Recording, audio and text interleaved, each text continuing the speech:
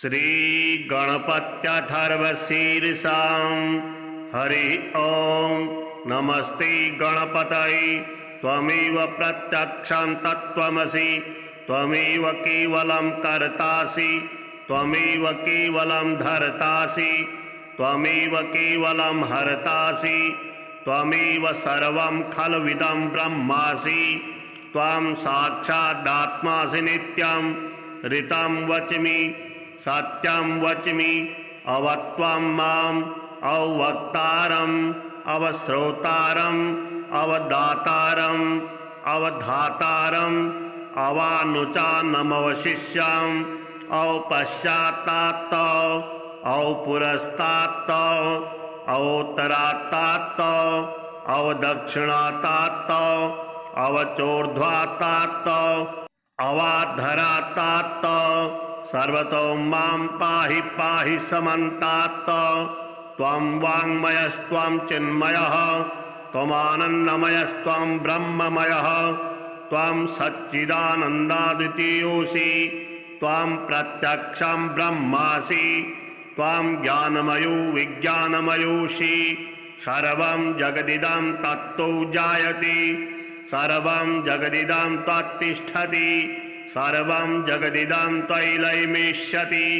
सर्वं जगदिदं त्वयि प्रतीति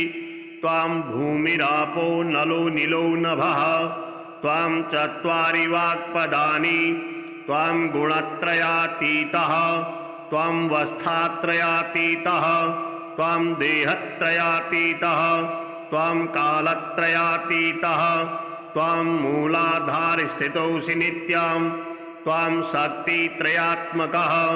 त्वां योगिनो ध्यायन्ति नित्यं त्वं ब्रह्मा त्वं विष्णुस्त्वं रुद्रस्त्वं इन्द्रस्त्वं अग्निस्त्वं वायुस्त्वं सूर्यस्त्वं चन्द्रमास्त्वं ब्रह्म भूर्भुवः स्वरूप गणादिं पूर्वमुच्चार्य वर्णादि तदनन्तरम् अनुस्वारः परतरः अर्धेन्दुलसितां तारेण रिद्धाम् एतत्तौ मनुस्वरूपां गकारः पूर्वरूपाम् अकारो मध्यमरूपाम् अनुस्वारश्चान्तरूपां बिन्दरुत्तररूपां नादः सन्धानं संहिता सन्धिः सहसा गणेशविद्या गणकऋषिः निसृग्गायत्री छन्दः गणपतिर्देवता ॐ गं गणपतये नमः एकदन्ताय विद्महे वक्रतुण्डाय धीमहि तन्नो दन्तिः प्रचोदयात्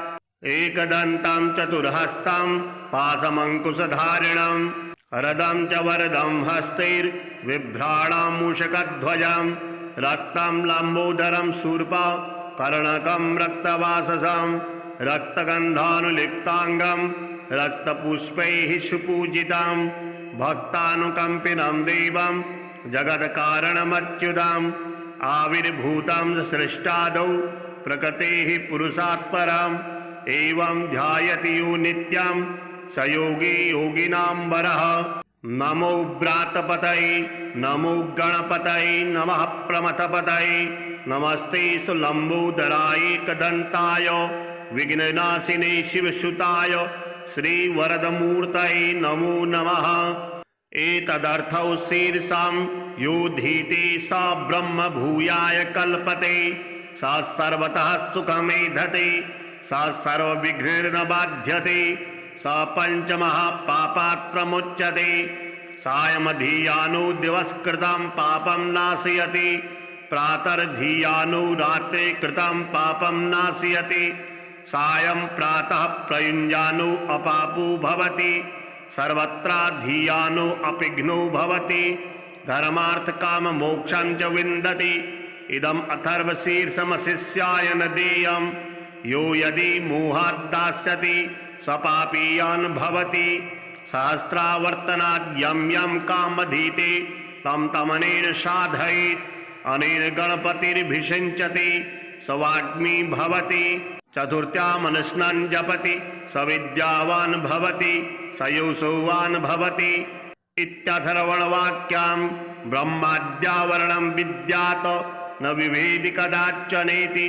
यो दुर्वान् कुरिर्यजति स वै श्रवणोपमो भवति। यो लाजिर्यजति स यशोवान् भवति स मेधावान् भवति। यो मोदकसहस्रेण यजति स वाञ्छितफलमवाप्नोति। यः साज्ञसमिद्भिर्यजति स सर्वं लभते स सर्वं लभते।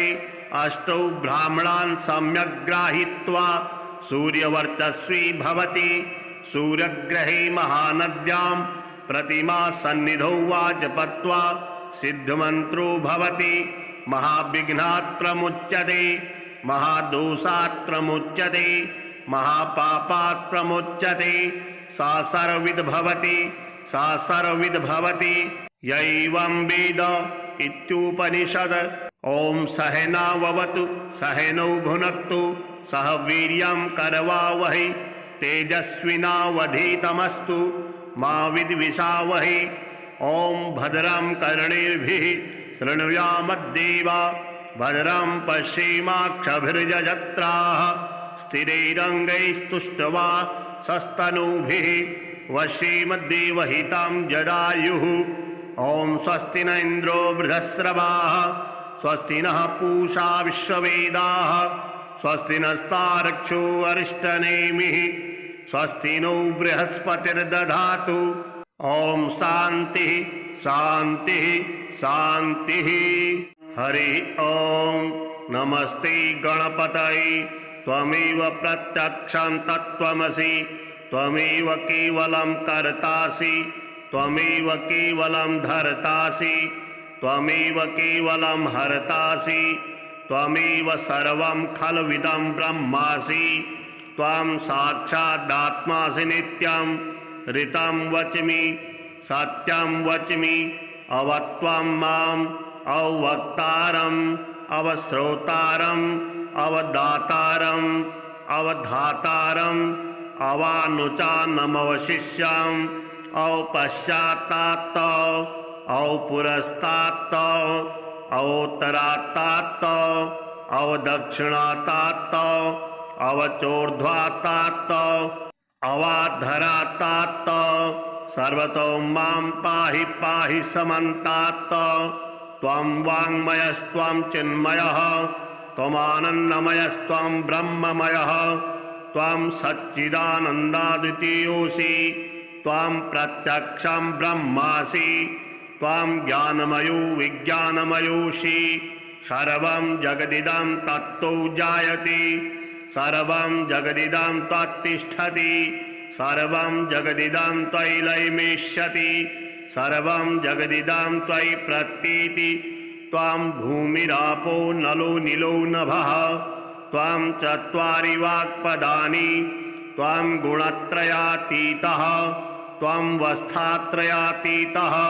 त्वं देहत्रयातीतः त्वं कालत्रयातीतः त्वं मूलाधारस्थितोऽसि नित्यं त्वं शक्तित्रयात्मकः त्वां योगिनो ध्यायन्ति नित्यं त्वं ब्रह्मा त्वं विष्णुस्त्वं रुद्रस्त्वं इन्द्रस्त्वं अग्निस्त्वं वायुस्त्वं सूर्यस्त्वं चन्द्रमास्त्वं ब्रह्म भूर्भुवः स्वरूप। गणादिं पूर्वमुच्चार्य वर्णादि तदनन्तरम् अनुस्वारः परतरः अर्धेन्दुलसितां तारेण रिद्धम् एतत्तौ मनुस्वरूपं गकारः पूर्वरूपम् अकारो मध्यमरूपम् अनुस्वारश्चान्तरूपम् बिन्दरुत्तररूपम् नादः सन्धानं संहिता सन्धिः सहसा गणेश विद्या गणगऋषिः निसृग्गायत्री छन्दः गणपतिर्देवता। ॐ गं गणपतये नमः। एकदन्ताय विद्महे वक्रतुण्डाय धीमहि तन्नो दन्तिः प्रचोदयात्। एकदन्तं चतुर्हस्तं पाशमङ्कुशधारिणं रदं च वरदं हस्तैर्बिभ्राणं मूषकध्वजं रक्तं लम्बोदरं शूर्पा कर्णकं रक्तवाससं रक्तगन्धानुलिप्ताङ्गं रक्तपुष्पैः सुपूजितं भक्तानुकम्पिनं देवं जगत्कारणमच्युतं आविर्भूतं सृष्टादौ प्रकृतेः पुरुषात् परम् एवं ध्यायति यो नित्यं स योगी योगिनां वरः। नमो व्रातपतये नमो गणपतये नमः प्रमथपतये नमस्ते लंबोदराय एकदन्ताय विघ्ननाशिने शिवसुताय श्रीवरदमूर्तये नमो नमः। एतदर्थौ शीर्षां यो धीते स ब्रह्म भूयाय कल्पते स सर्वतः सुखमेधते स सर्वविघ्नेन बाध्यते स पञ्चमहापापात् प्रमुच्यते सायमधियानो दिवसकृतं पापं नाशयति प्रातर्धियानो रात्रे कृतं पापं नाशयति सायं प्रातः प्रयुञ्जानो अपापो भवति सर्वत्राधियानो अपिघ्नो भवति धर्मार्थकाममोक्षं च विन्दति। इदम् अथर्वशीर्षमशिष्याय न देयं यो यदि मोहाद्दास्यति स्वपापीयान् भवति सहस्रावर्तनात् यं यं कामधीते तं तमनेन साधयेत् अनेन गणपतिर्भिषिञ्चति स वाग्मी भवति चतुर्थ्यामनुष्णान् जपति स विद्यावान् भवति स यशोवान् भवति इत्यथर्वणवाक्यां ब्रह्माद्यावरणं विद्यात् न विभेदि कदाचनेति यो दुर्वान् कुरेर्यजति स वै श्रवणोपमो भवति यो लाजेर्यजति स यशोवान् भवति स मेधावान् भवति यो मोदकसहस्रेण यजति स वाञ्छितफलमवाप्नोति यः साधसमिद्भिर्यजति स सर्वं लभते स सर्वं लभते। अष्टौ ब्राह्मणान् सम्यक् गृहीत्वा सूर्यवर्चस्वी भवति सूर्यग्रहे महानद्यां प्रतिमा सन्निधौ वा जपत्वा सिद्धमन्त्रो भवति महाविघ्नात् प्रमुच्यते महादोषात् प्रमुच्यते महापापात् प्रमुच्यते सा सर्वविद् भवति सा सर्वविद् भवति यैवं वेद इत्युपनिषद। ॐ सहनाववतु सहनौ भुनक्तु सह वीर्यं करवावहै तेजस्विनावधीतमस्तु मा विद्विषावहै। ॐ भद्रं कर्णेभिः शृणुयामद्देवा भद्रं पश्येमाक्षभिर्यजत्राः स्थिरैरङ्गैस्तुष्ट्वा सस्तनूभिः वश्येमद्देवहितं जदायुः। ॐ स्वस्ति न इन्द्रो वृधस्रवाः स्वस्ति नः पूषा विश्ववेदाः स्वस्ति नस्तार्क्ष्यो अरिष्टनेमिः स्वस्ति नो बृहस्पतिर्दधातु। ॐ शान्तिः शान्तिः शान्तिः। हरि ॐ नमस्ते गणपतये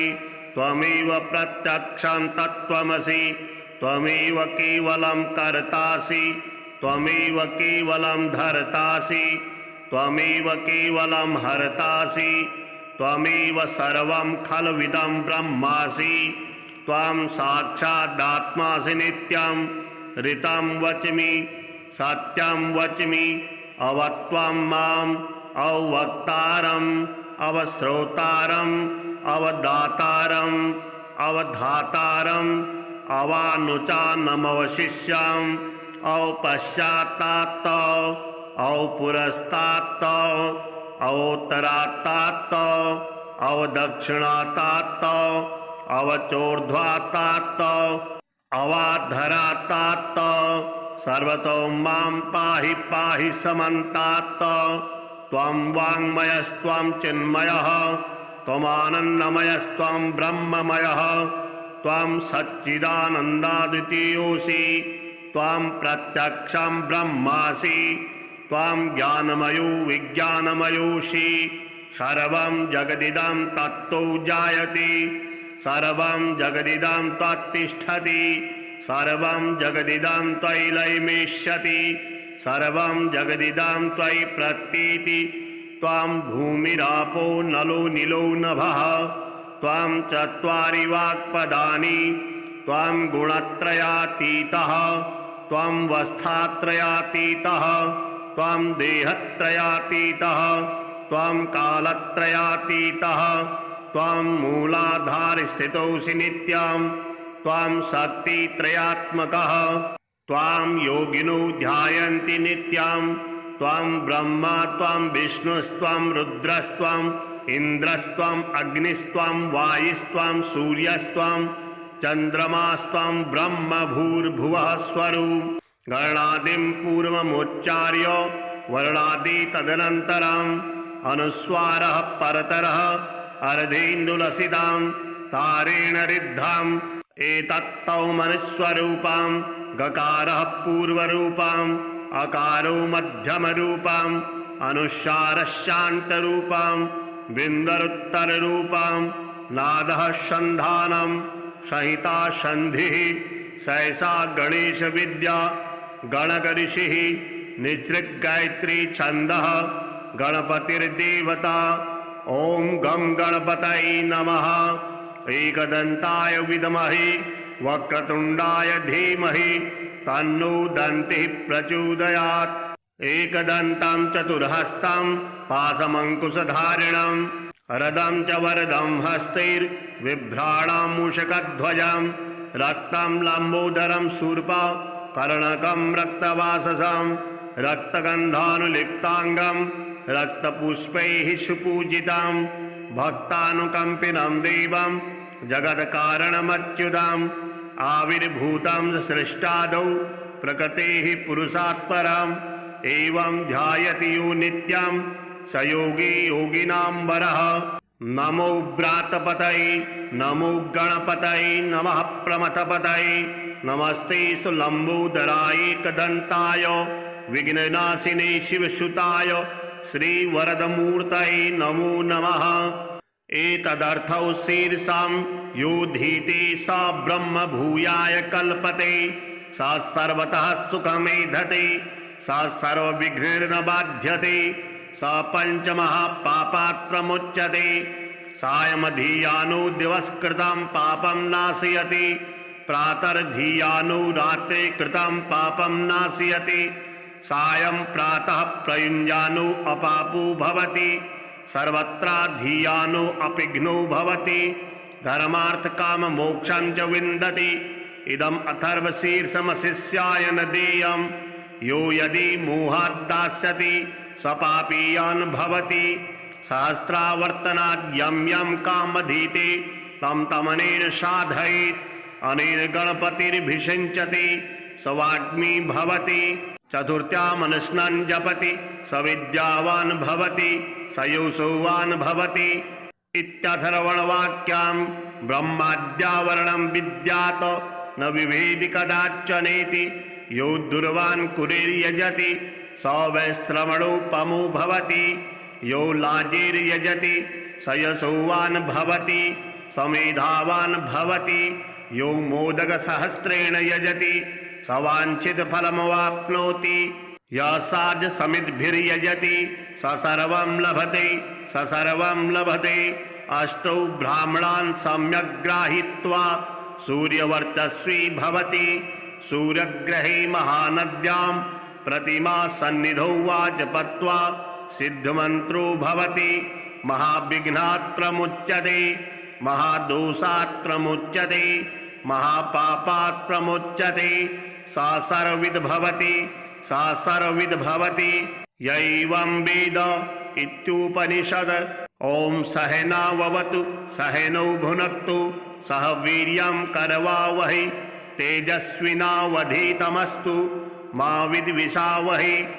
ओम भद्रं कर्णेभिः शृणुयामद्देवा भद्रं पश्येमाक्षभिर्यजत्राः स्थिरैरङ्गैस्तुष्ट्वा सस्तनूभिः वश्येमद्देवहितं जदायुः ओम स्वस्ति न इन्द्रो वृधस्रवाः स्वस्ति नः पूषा विश्ववेदाः स्वस्ति नस्तार्क्ष्यो अरिष्टनेमिः स्वस्ति नो बृहस्पतिर्दधातु ओम शान्तिः शान्तिः शान्तिः हरि ओम नमस्ते गणपतये त्वमेव प्रत्यक्षं तत्त्वमसि त्वमेव केवलं कर्तासि त्वमेव केवलं धर्तासि त्वमेव केवलं हर्तासि त्वमेव सर्वं खल्विदं ब्रह्मासि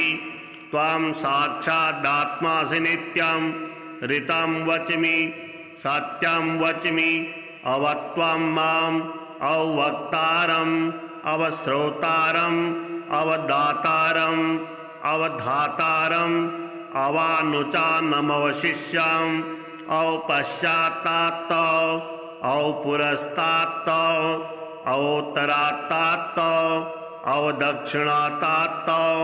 अवचोर्ध्वात्तात् अवाधरात्तात्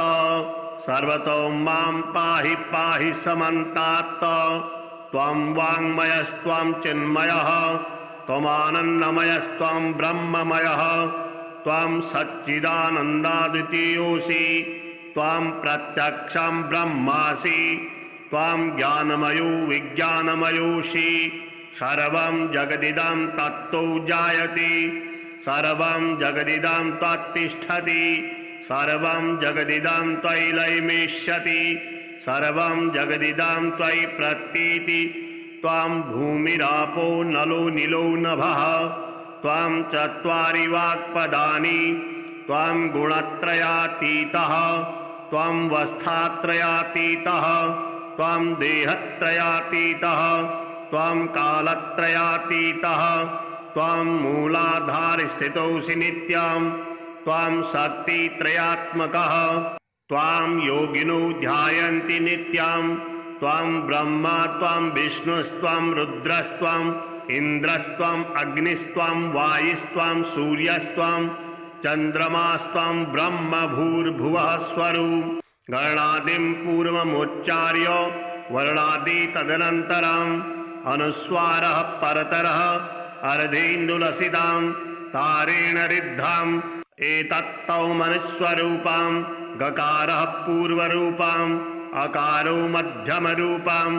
अनुस्वारश्चान्तरूपाम् बिन्दरुत्तररूपाम् नादः सन्धानं संहिता सन्धिः सहसा गणेश विद्या गणकऋषिः निसृगायत्री छन्दः गणपतिर्देवता ॐ गं गणपतये नमः एकदन्ताय विद्महे वक्रतुण्डाय धीमहि तन्नो दन्तिः प्रचोदयात् एकदन्तं चतुर्हस्तं पाशमङ्कुशधारिणं रदं च वरदं हस्तैर्बिभ्राणां मूषकध्वजं रक्तं लम्बोदरं शूर्पा कर्णकं रक्तवाससं रक्तगन्धानुलिप्ताङ्गं रक्तपुष्पैः सुपूजितं भक्तानुकम्पिनं देवं जगत्कारणमच्युतम् आविर्भूतं सृष्टादौ प्रकृतेः पुरुषात् परम् एवं ध्यायति यो नित्यं स योगी योगिनां वरः नमो व्रातपतये नमो गणपतये नमः प्रमथपतये नमस्ते सुलम्बोदराय एकदन्ताय विघ्ननाशिने शिवसुताय श्रीवरदमूर्तये नमो नमः एतदर्थौ शीर्षां यो धीते स ब्रह्म भूयाय कल्पते स सर्वतः सुखमेधते स सर्वविघ्नैर्न बाध्यते स पञ्चमहापापात् प्रमुच्यते सायमधियानो दिवसकृतं पापं नाशयति प्रातर्धियानो रात्रे कृतं पापं नाशयति सायं प्रातः प्रयुञ्जानो अपापो भवति सर्वत्र धियानो अपिघ्नो भवति धर्मार्थकाममोक्षं च विन्दति इदम् अथर्वशीर्षमशिष्याय न देयं यो यदि मोहाद्दास्यति स पापीयान् भवति सहस्रावर्तनात् यं यं कामधीते तं तमनेन साधयेत् अनेन गणपतिर्भिषिञ्चति स वाग्मी भवति चतुर्थ्यामनस्नन् जपति स विद्यावान् भवति स योऽसौवान् भवति इत्यथर्वणवाक्यां ब्रह्माद्यावरणं विद्यात् न विभेदि कदाचनेति यो दुर्वान् कुरेर्यजति स वैश्रवणोपमो भवति यो लाजेर्यजति स यशोवान् भवति स मेधावान् भवति यो मोदकसहस्रेण यजति स वाञ्छितफलमवाप्नोति यः साध्यसमिद्भिर्यजति स सर्वं लभते स सर्वं लभते अष्टौ ब्राह्मणान् सम्यक् गृहीत्वा सूर्यवर्चस्वी भवति सूर्यग्रहे महानद्यां प्रतिमा सन्निधौ वा जपत्वा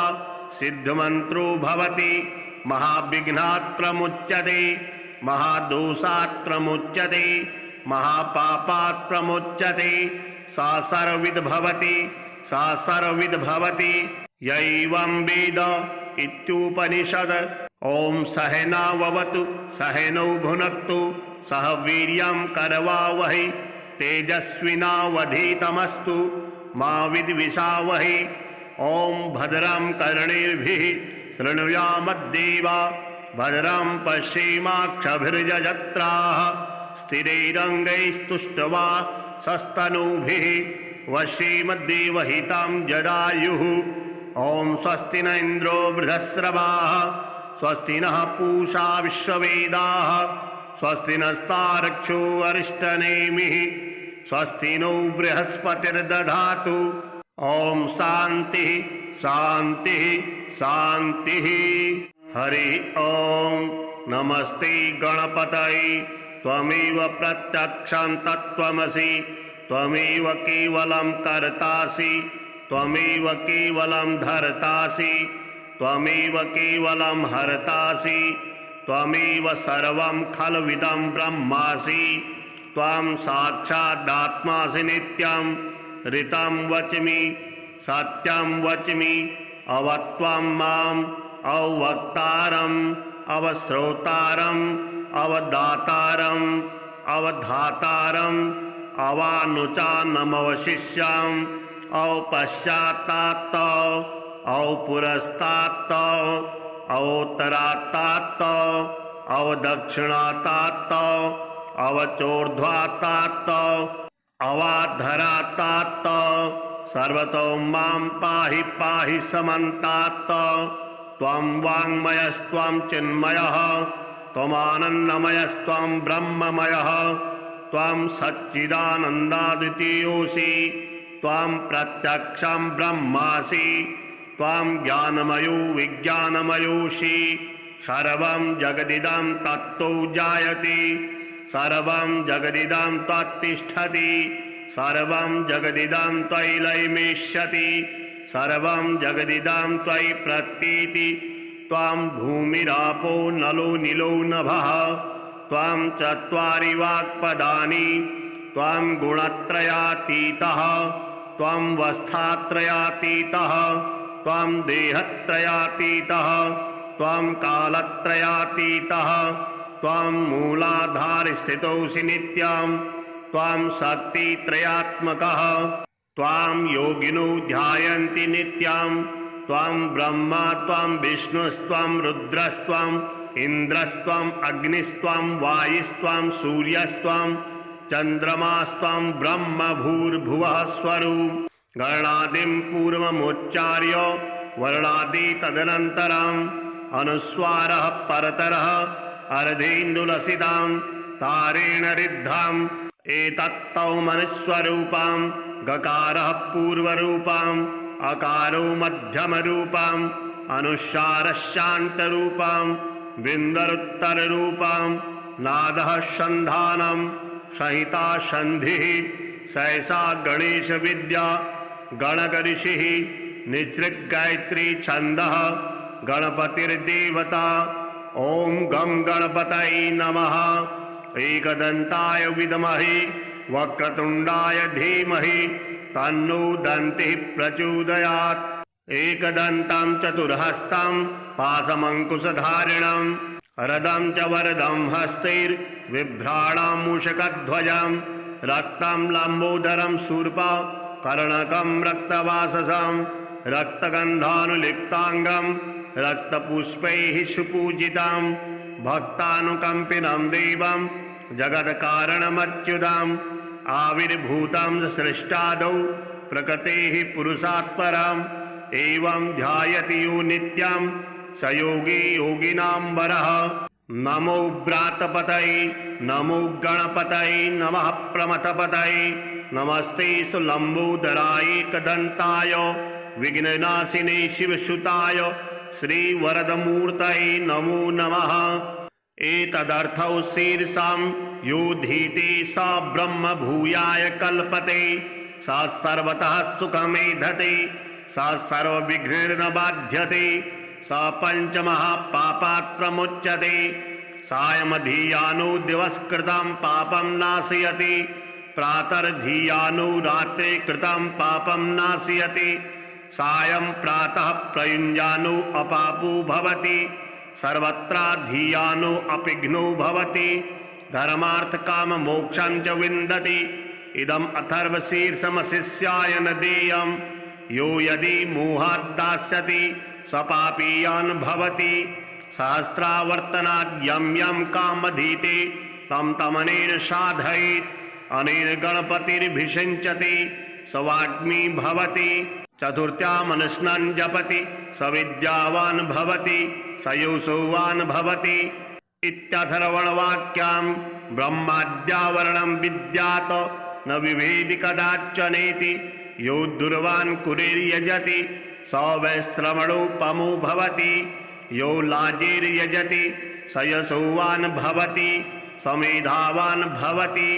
यो मोदकसहस्रेण यजति स वाञ्छितफलमवाप्नोति यः साधसमिद्भिर्यजति स सर्वं लभते स सर्वं लभते अष्टौ ब्राह्मणान् सम्यक् गृहीत्वा सूर्यवर्चस्वी भवति सूर्यग्रहे महानद्यां प्रतिमा सन्निधौ वा जपत्वा सिद्धमन्त्रो भवति महाविघ्नात् प्रमुच्यते महादोषात् प्रमुच्यते महापापात् प्रमुच्यते सा सर्वविद् भवति सा सर्वविद् भवति यैवं वेद इत्युपनिषद् ॐ सहनाववतु सहनौ भुनक्तु सह वीर्यं करवावहै तेजस्विनावधीतमस्तु मा विद्विषावहै ॐ भद्रं कर्णेभिः शृणुयामद्देवा भद्रं पश्येमाक्षभिर्यजत्राः स्थिरैरङ्गैस्तुष्ट्वा सस्तनूभिः वश्येमद्देवहितं जदायुः ॐ स्वस्ति न इन्द्रो वृधस्रवाः स्वस्ति नः पूषा विश्ववेदाः स्वस्ति नस्तार्क्ष्यो अरिष्टनेमिः स्वस्ति नो बृहस्पतिर्दधातु ॐ शान्तिः शान्तिः शान्तिः हरिः ॐ नमस्ते गणपतये त्वमेव प्रत्यक्षं तत्त्वमसि त्वमेव केवलं कर्तासि त्वमेव केवलं धर्तासि त्वमेव केवलं हर्तासि त्वमेव सर्वं खल्विदं ब्रह्मासि त्वं साक्षादात्मासि नित्यं ऋतं वच्मि सत्यं वच्मि अवत्वं माम् अवक्तारम्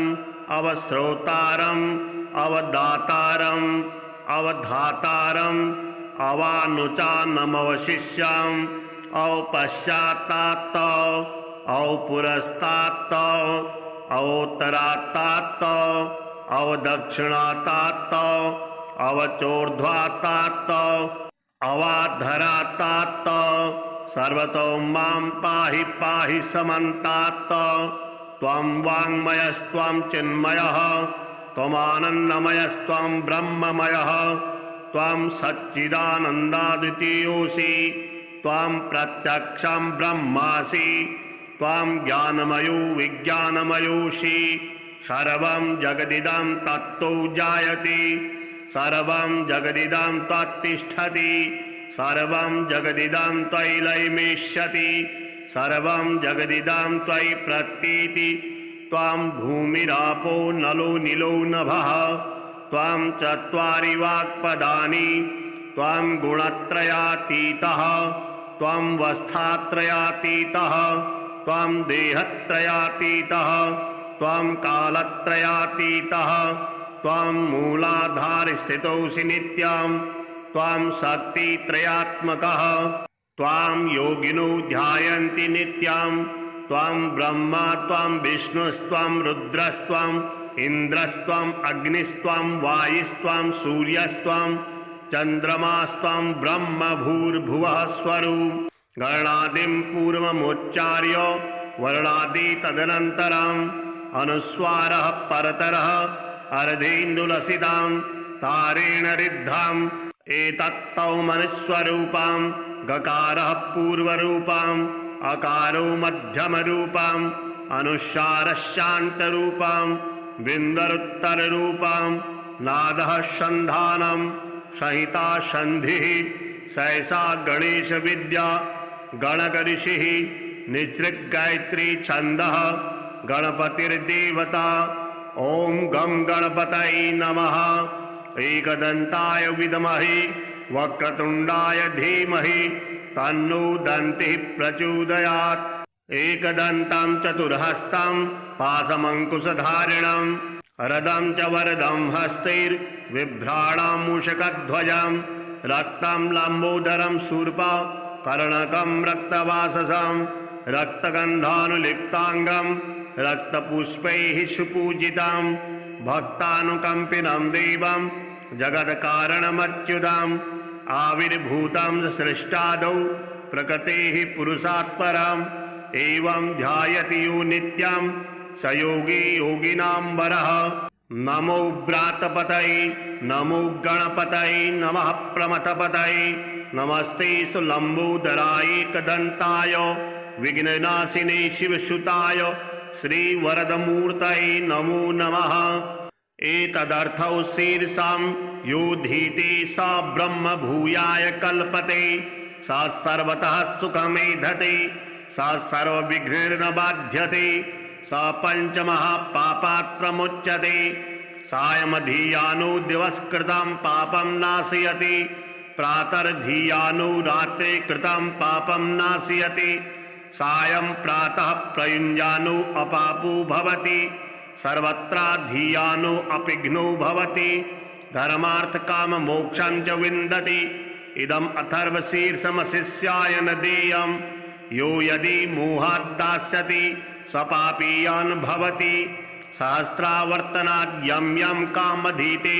तं तमनेन साधयेत् अनेन गणपतिर्भिषिञ्चति स वाग्मी भवति चतुर्थ्यामनुष्णान् जपति स विद्यावान् भवति स योऽसौवान् भवति इत्यथर्वणवाक्यां ब्रह्माद्यावरणं विद्यात् न विभेदि कदाचनेति यो दुर्वान् कुरेर्यजति स वैश्रवणोपमो भवति यो लाजेर्यजति स यशोवान् भवति स मेधावान् भवति यो मोदकसहस्रेण यजति स वाञ्छितफलमवाप्नोति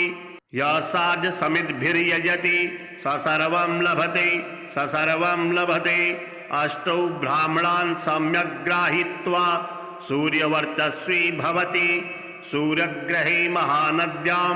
प्रतिमा सन्निधौ वा जपत्वा सिद्धमन्त्रो भवति महाविघ्नात् प्रमुच्यते महादोषात् प्रमुच्यते महापापात् प्रमुच्यते सा सर्वविद् भवति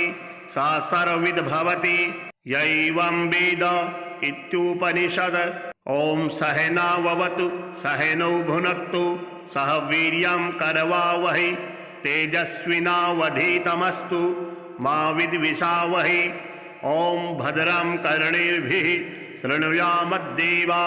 भद्रं पश्येमाक्षभिर्यजत्राः स्थिरैरङ्गैस्तुष्ट्वा सस्तनूभिः वश्येमद्देवहितं जदायुः। ओं स्वस्ति न इन्द्रो वृधस्रवाः स्वस्ति नः पूषा विश्ववेदाः स्वस्ति नस्तार्क्ष्यो अरिष्टनेमिः स्वस्ति नो बृहस्पतिर्दधातु। ओं शान्तिः शान्तिः शान्तिः। हरि ओं नमस्ते गणपतये त्वमेव प्रत्यक्षं तत्त्वमसि त्वमेव केवलं कर्तासि त्वमेव केवलं धर्तासि त्वमेव केवलं हर्तासि त्वमेव सर्वं खल्विदं ब्रह्मासि त्वं साक्षादात्मासि नित्यं ऋतं वच्मि सत्यं वच्मि अवत्वं माम् अवक्तारम् अवश्रोतारम् अवदातारम् अवधातारम् अवानुचानमवशिष्याम् औपश्चात्तात् औपुरस्तात् औत्तरात्तात् अवदक्षिणात्तात् अवचोर्ध्वात्तात् अवाधरात्तात् सर्वतो मां पाहि पाहि समन्तात् त्वं वाङ्मयस्त्वं चिन्मयः त्वमानन्दमयस्त्वं ब्रह्ममयः त्वं सच्चिदानन्दाद्वितीयोऽसि त्वं प्रत्यक्षं ब्रह्मासि त्वं ज्ञानमयो विज्ञानमयोऽसि सर्वं जगदिदं तत्तो जायते सर्वं जगदिदं त्वत्तिष्ठति सर्वं जगदिदं त्वयि लयमेष्यति सर्वं जगदिदं त्वयि प्रतीति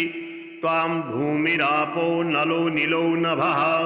त्वं चत्वारि वाक्पदानि त्वं गुणत्रयातीतः त्वं वस्थात्रयातीतः त्वं देहत्रयातीतः त्वं कालत्रयातीतः त्वं मूलाधारस्थितोऽसि नित्यं त्वं शक्तित्रयात्मकः त्वां योगिनो ध्यायन्ति नित्यं त्वं ब्रह्मा त्वं विष्णुस्त्वं रुद्रस्त्वं इन्द्रस्त्वं अग्निस्त्वं वायुस्त्वं सूर्यस्त्वं चन्द्रमास्त्वं ब्रह्म भूर्भुवः स्वरूप गणादिं पूर्वमुच्चार्य वर्णादि तदनन्तरम् अनुस्वारः परतरः अर्धेन्दुलसितां तारेण रिद्धाम् एतत्तौ मनुस्वरूपां गकारः पूर्वरूपाम् अकारो मध्यमरूपाम् अनुस्वारश्चान्तरूपाम् बिन्दरुत्तररूपाम् नादः सन्धानं संहिता सन्धिः सहसा गणेश विद्या गणकऋषिः निसृग्गायत्री छन्दः गणपतिर्देवता ॐ गं गणपतये नमः एकदन्ताय विद्महे वक्रतुण्डाय धीमहि तन्नो दन्तिः प्रचोदयात् एकदन्तं चतुर्हस्तं पाशमङ्कुशधारिणं रदं च वरदं हस्तैर्बिभ्राणां मूषकध्वजं रक्तं लम्बोदरं शूर्पा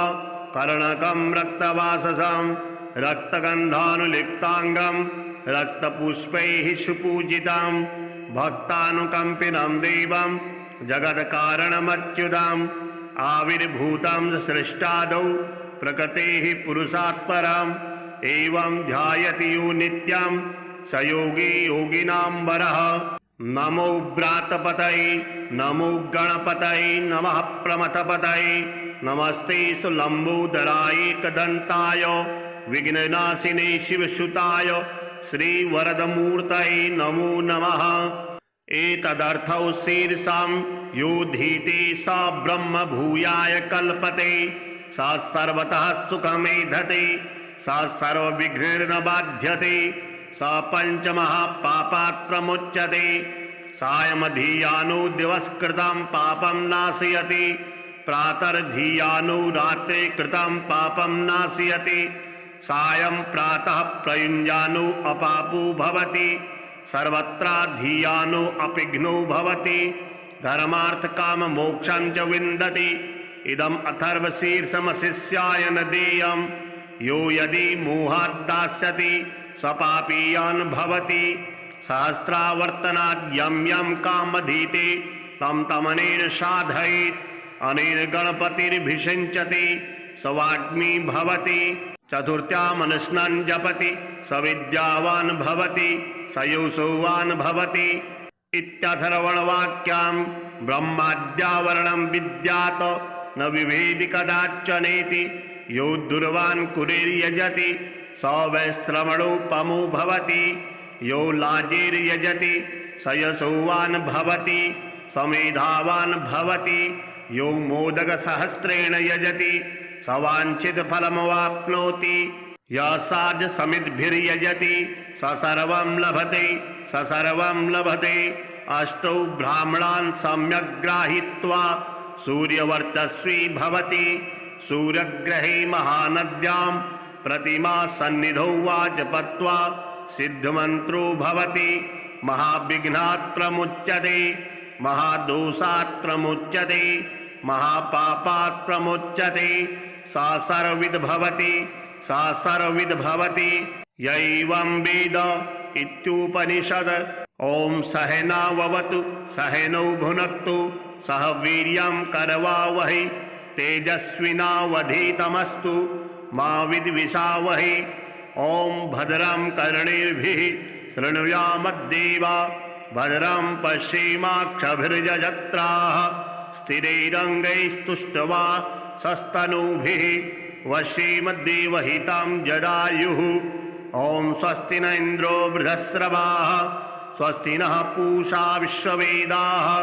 स्वस्ति नस्तार्क्ष्यो अरिष्टनेमिः स्वस्ति नो बृहस्पतिर्दधातु। ॐ शान्तिः शान्तिः शान्तिः। हरि ॐ नमस्ते गणपतये त्वमेव प्रत्यक्षं तत्त्वमसि त्वमेव केवलं कर्तासि त्वमेव केवलं धर्तासि त्वमेव केवलं हर्तासि त्वमेव सर्वं खल्विदं ब्रह्मासि त्वं साक्षादात्मासि नित्यं ऋतं वच्मि सत्यं वच्मि अवत्वं माम् अवक्तारम् अवश्रोतारम्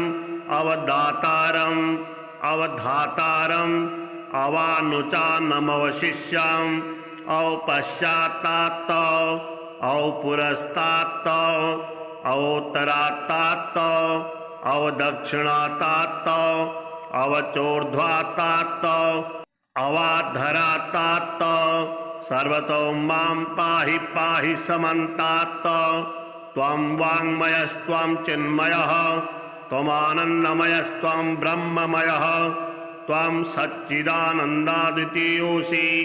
त्वं प्रत्यक्षं ब्रह्मासि त्वं ज्ञानमयो विज्ञानमयोऽसि सर्वं जगदिदं तत्तो जायते सर्वं जगदिदं त्वत्तिष्ठति सर्वं जगदिदं त्वयि लयमेष्यति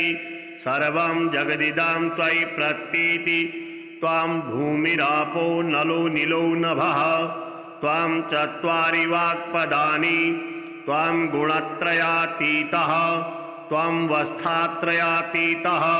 त्वं देहत्रयातीतः त्वं कालत्रयातीतः त्वं मूलाधारस्थितोऽसि नित्यं त्वं शक्तित्रयात्मकः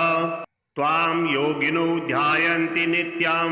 त्वं ब्रह्मा त्वं विष्णुस्त्वं रुद्रस्त्वं इन्द्रस्त्वं अग्निस्त्वं वायुस्त्वं सूर्यस्त्वं चन्द्रमास्त्वं ब्रह्म भूर्भुवः स्वरूप गणादिं पूर्वमुच्चार्य वर्णादि तदनन्तरम् अनुस्वारः परतरः अर्धेन्दुलसितां तारेण रिद्धाम् एतत्तौ मनुस्वरूपां गकारः पूर्वरूपाम् अकारो मध्यमरूपाम् अनुस्वारः शान्तरूपाम् बिन्दरुत्तररूपाम् नादः सन्धानं संहिता सन्धिः सहसा गणेश विद्या गणकऋषिः निसृग्गायत्री छन्दः गणपतिर्देवता। ॐ गं गणपतये नमः। एकदन्ताय विद्महे वक्रतुण्डाय धीमहि तन्नो दन्तिः प्रचोदयात्। एकदन्तं चतुर्हस्तं पाशमङ्कुशधारिणं रदं च वरदं हस्तैर्बिभ्राणं मूषकध्वजं रक्तं लम्बोदरं शूर्पा कर्णकं रक्तवाससं रक्तगन्धानुलिप्ताङ्गं रक्तपुष्पैः सुपूजितं भक्तानुकम्पिनं देवं जगत्कारणमच्युतम् आविर्भूतं सृष्टादौ प्रकृतेः पुरुषात् परम् एवं ध्यायति यो नित्यं स योगी योगिनां वरः। नमो व्रातपतये नमो गणपतये नमः प्रमथपतये नमस्ते लम्बोदराय एकदन्ताय विघ्ननाशिने शिवसुताय श्रीवरदमूर्तये नमो नमः। एतदर्थौ शीर्षां यो धीते स ब्रह्म भूयाय कल्पते स सर्वतः सुखमेधते स सर्वविघ्नेन बाध्यते स पञ्चमहापापात् प्रमुच्यते सायमधियानो दिवसकृतं पापं नाशयति प्रातर्धियानो रात्रे कृतं पापं नाशयति सायं प्रातः प्रयुञ्जानो अपापो भवति सर्वत्राधियानो अपिघ्नो भवति धर्मार्थ काम मोक्षं च विन्दति इदम् अथर्वशीर्षमशिष्याय न देयम् यो यदि मोहाद्दास्यति स्वपापीयान् भवति सहस्रावर्तनात् यं यं कामधीते तं तमनेन साधयेत् अनेन गणपतिर्भिषिञ्चति स वाग्मी भवति चतुर्थ्यामनुष्णान् जपति स विद्यावान् भवति स योऽसौवान् भवति इत्यथर्वणवाक्यां ब्रह्माद्यावरणं विद्यात् न विभेदि कदाचनेति यो दुर्वान् कुरेर्यजति स वैश्रवणोपमो भवति यो लाजेर्यजति स यशोवान् भवति स मेधावान् भवति यो मोदकसहस्रेण यजति स वाञ्छितफलमवाप्नोति यः साधसमिद्भिर्यजति स सर्वं लभते स सर्वं लभते अष्टौ ब्राह्मणान् सम्यक् गृहीत्वा सूर्यवर्चस्वी भवति सूर्यग्रहे महानद्यां प्रतिमा सन्निधौ वा जपत्वा सिद्धमन्त्रो भवति महाविघ्नात् प्रमुच्यते महादोषात् प्रमुच्यते महापापात् प्रमुच्यते सा सर्वविद् भवति सा सर्वविद् भवति यैवं वेद इत्युपनिषद ॐ सहनाववतु सहनौ भुनक्तु सह वीर्यं करवावहै तेजस्विनावधीतमस्तु मा विद्विषावहै ॐ भद्रं कर्णेभिः शृणुयामद्देवा भद्रं पश्येमाक्षभिर्यजत्राः स्थिरैरङ्गैस्तुष्ट्वा सस्तनूभिः वश्येमद्देवहितं जदायुः ॐ स्वस्ति न इन्द्रो वृधस्रवाः स्वस्ति नः पूषा विश्ववेदाः स्वस्ति नस्तार्क्ष्यो अरिष्टनेमिः स्वस्ति नो बृहस्पतिर्दधातु ॐ शान्तिः शान्तिः शान्तिः।